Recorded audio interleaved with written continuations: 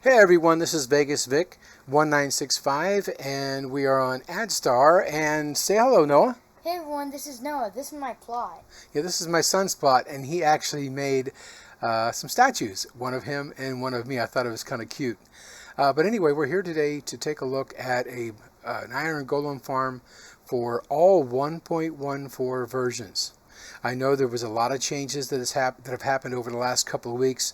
It's been very confusing and very frustrating when some of the big guys have put something out and the devs went ahead and made a change.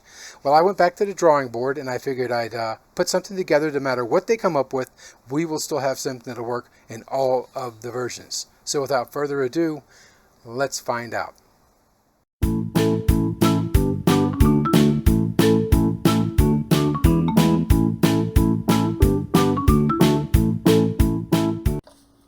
Hello everyone, this is Vegas Vic 1965, and what you're looking at is a new style of iron golem farm that will work on all 1.14 versions.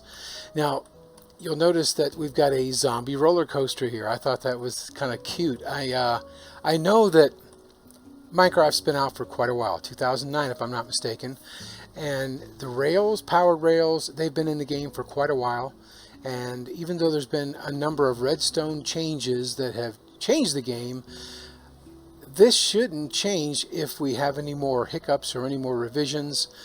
This should work. Now what I've done is I've got the villagers in here with their looms. I've also got a bell that you can probably see inside here. There it is. And I've got a zombie that's running through this thing. It does give them a break when nighttime comes, but then they wake right back up whenever he comes through there. He does a continuous loop, nice and simple. I'm going to post up a list of items that you would need to build this. And if I pause for just a second here, I'll put that list up so you can see it. Pause the video if you need to get an idea, if you need to write all this stuff down. It's pretty simple. Alrighty. So down here you'll notice it's a normal kill chamber. I didn't want to make too many changes from what we've had in the past, so it's a relatively simple kill chamber. Now if I get about 35 likes on this and about 10 or 15 people that would like to see a build tutorial, complete build tutorial, I'd be glad to do it. But I'll go over some simple things. I won't tie up too much of your time. I hope you like it. Oh, I want to show this to you up top. Now I initially had slabs up here and glass blocks, but for some reason iron golems occasionally would spawn up there. I think it has to be a bug with 1.14 overall, and right now I'm in 1.14.3, the number 2 pre-release. But I figured I'd put something together since a lot of our guys out there, our big name guys, have put out different types of iron farms.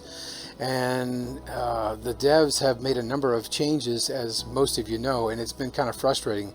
So as soon as one of the bigger guys put out something, it gets changed. So I thought I'd go back to the drawing board and put everything since the beginning into this. So if they make any more changes, we should have everything that they need, regardless of what changes they make, into this iron golem farm. And it produces them relatively quickly. Now you may have heard that they are produced by being scared. They produce an iron golem about every 30 to 35 seconds, and it's true. I mean, I've looked at this thing and I've counted it down. I've actually looked at my clock and counted it down and looked at it to see how often they would be coming out. I haven't had this running very long, but about every 30-35 seconds, even at night when it comes through, they wake up, boom, an iron golem pops out.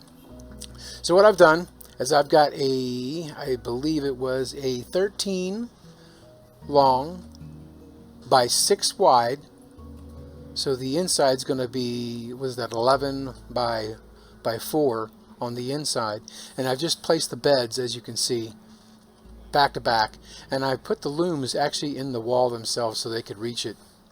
That way they're able to work, because as of the most recent version, we're back to where they need to work. And the scaring tactic's not going to work for long. They must get in some, even a fraction of a little bit of sleep. They must get a fraction of a little bit of their work. But this actually will enable them to lay down even if the zombie comes up there, even for a second. So, and that's all we really need. And the looms, of course, is their workstations. You can use any workstation that you want here. I find that the looms are relatively easy. You're talking, what is it, planks and string. Nice and simple. But there's some other simple ones out there if you want to use. It really doesn't matter which one. Like I said, this is 6 across, 13 long, and I've got it 7 high initially. And then I put my slabs up, which did not work. And I started getting a couple of golems that spawned up here. So what I've done is I've put fence gates out. I put blocks down, put the fence gates up, and then remove those blocks underneath. And for this length, you're looking at 4 here. I have it drop down 1, then 8 more, because we all know that water travels 8 blocks. Actually, it's not. It's 4. It is 8. It did travel 8. So if anything pops off on here, they'll fall down off to the side or off the front, and they'll go right down into the lava trap. And as you can see, the golems keep pouring out of here. So regardless of what version you're using in 1.14, this version will work. The initial one required workstations, required beds, a bell, and then we had our change to where, hey, we don't need them now.